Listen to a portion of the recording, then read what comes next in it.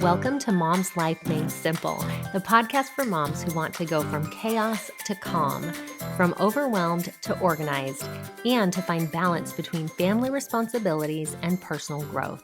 I'm your host, Chanel Nielsen. Let's make mom life simple. Hello, and welcome to the Mom's Life Made Simple podcast. Today, we're talking about scheduling, how to have your schedule not be the boss of you. Do you ever just look at what you need to get done in the day and just feel like, ugh, I don't even want to do today. This is too much. Like, can I just go back to bed?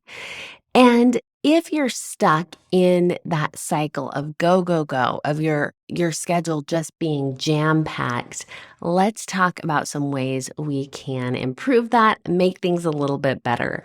I'm going to start off with just an experience I had. One time I had a client who we were on a call. She was trying to decide if she should work with me because she just felt super overwhelmed. Everything, her schedule was go, go, go. She felt overwhelmed all the time. She felt behind all the time. And as we kind of dove into, well, what do you want it to look like? What do you want to do?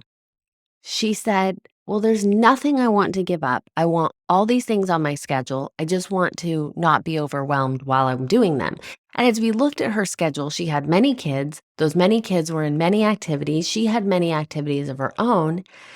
And ultimately, I declined working with her. I told her, unless you're willing to change something, I don't think that I can help you. And I don't like to take clients on that I can't help because that's no fun for anybody. That's frustrating for everyone, right?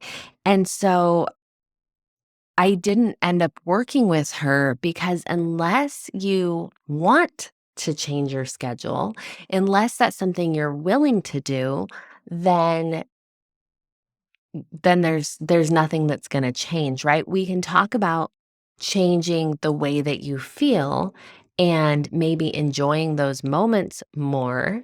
And maybe that was something I could have done with her.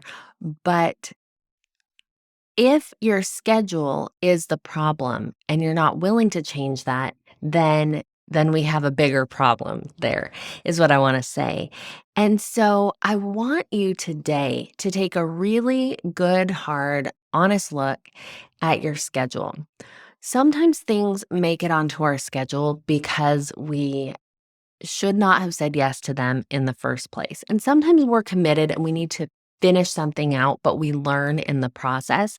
And I guess that is what I want to emphasize first is learn from that. Be stingy with your yeses. There are ways and times to be generous, but when we're talking about our schedule and what we're doing with our day, really be a little stingy and don't hand out your yeses like pretzels. I used to have a friend in high school that would always say, don't hand out your kisses like pretzels. And that's what I'm saying here. No yeses like pretzels. We're not handing them out to everyone. We want to stop and think before we commit our time and commit to putting something on our schedule. So only put on your schedule what you actually want on your schedule. There are a lot of people wanting a lot of things from us. Does that thing that they're asking us to put on our schedule make sense for us? Or is there a way that we can help them out? Help, and we don't have to totally say no. We can maybe help out in a way that doesn't require quite as much time of us. Or maybe it's not our place to help, and sometimes it is okay to say no. We can be okay with saying no. So the big thing here is to not say yes out of obligation, but to stop and think, is this something that I want to do? Is this something that makes sense for this season of my life? Does this support my other goals? And does this support my future self as well as my family? So those are some things to kind of ponder when we're deciding in the first place what makes it onto our schedule. Now, a lot of what I see with people, what's on their schedule has to do not with them, but with their kids because they're driving their kids all over the place and their kids are doing a lot of things. And so their schedule is full of their kids' schedule. Maybe you can relate to this, especially if you have multiple kids in multiple activities. So let's talk about that for a minute. If your schedule is jam packed with your kids' activities, how can you keep your schedule from being the boss of you? A couple ideas. One is delegate. Um, who else can help in this situation? Is there someone else that can uh, carpool with the kids? Is there someone that can drive them to or from their activities? Is there someone that can help tutor so you're not doing the homework and the chauffeuring right? Are there places that you can shift what you're doing and get help from other people?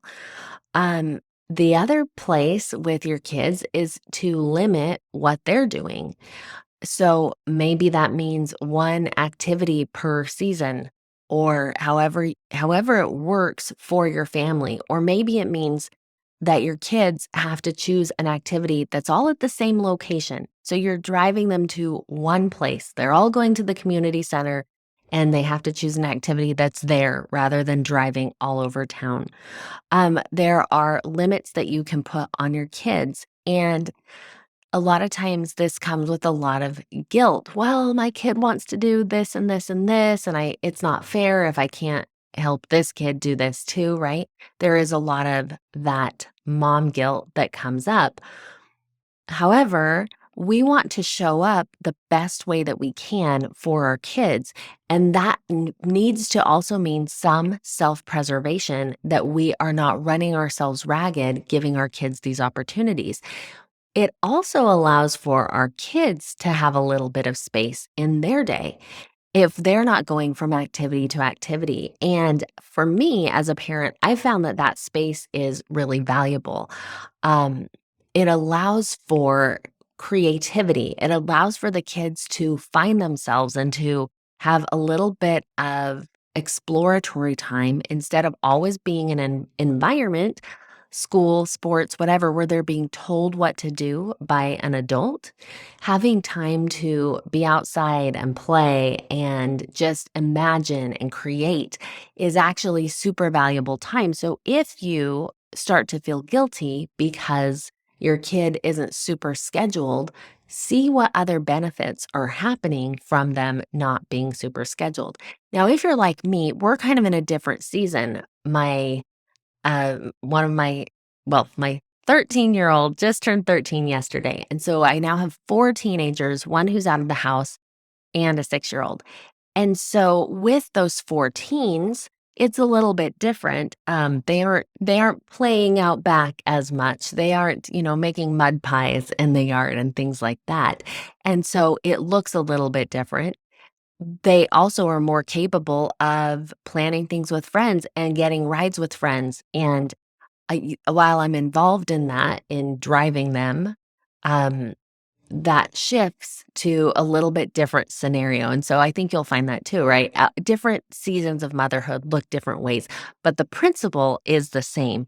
How can we also simplify what needs to be done on my schedule for the kids? And whether that's through what they decide to do, or delegation, or carpooling, or any of these things. Finally, I wanted to talk about the idea of doing less. We live in a culture where we are told to do more all the time. And what if we just did less? There's a book. It's by Kate Northrup, and it's called "Do Less." And when I saw this title at the library a few years ago, I was really excited because I'm like, "Do less? That's speaking my language. I like this book already."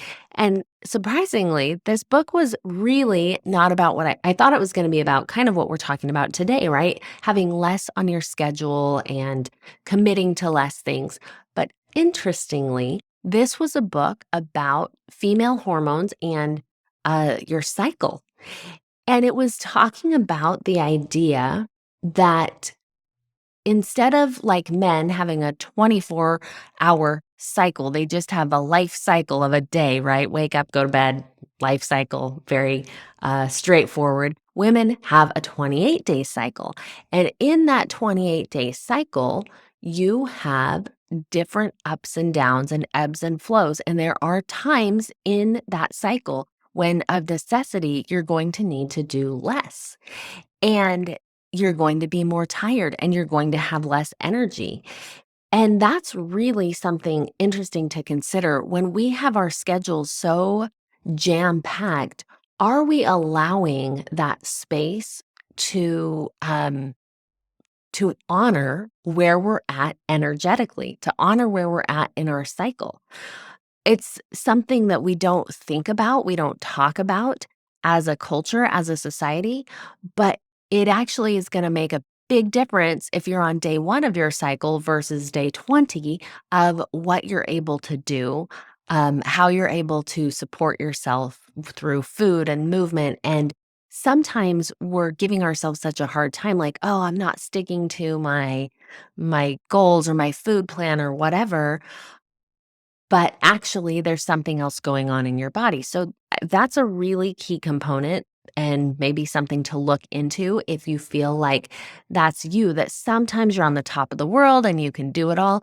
And then at other times of the month, you are just too tired and you just don't have the energy for it. So considering when you're putting together your schedule, considering where you're going to be energetically. Now, finally, with your schedule, I want you to ponder a couple of questions. What if you could only do a few things in your day? What if you only had the energy to do a few things? What would make it on your schedule and what would have to go? When you, if you only allowed yourself 3 things on your schedule, what would those 3 things be? Next question to ponder is, if you only had a few things on your schedule, what would you be doing instead? What would you do with the time if it was freed up for you? Answering those questions and sitting with those questions for a minute is going to help you determine what changes need to happen in your schedule. So, finally, pondering what you want with your schedule will help you because it helps you realize you have a choice. Your schedule's not the boss of you. You get to decide what you want to do with your days, how you want to spend your days, how you want to organize your time. So I hope these tips have been helpful. I hope you feel like the boss, that you are in charge of your schedule, which will lead to more calm, less overwhelm, less chaos, and overall a happier mom life. All right, we'll see you guys next time. Bye. Thanks for listening to Mom's Life Made Simple. Need some help making your mom life simple?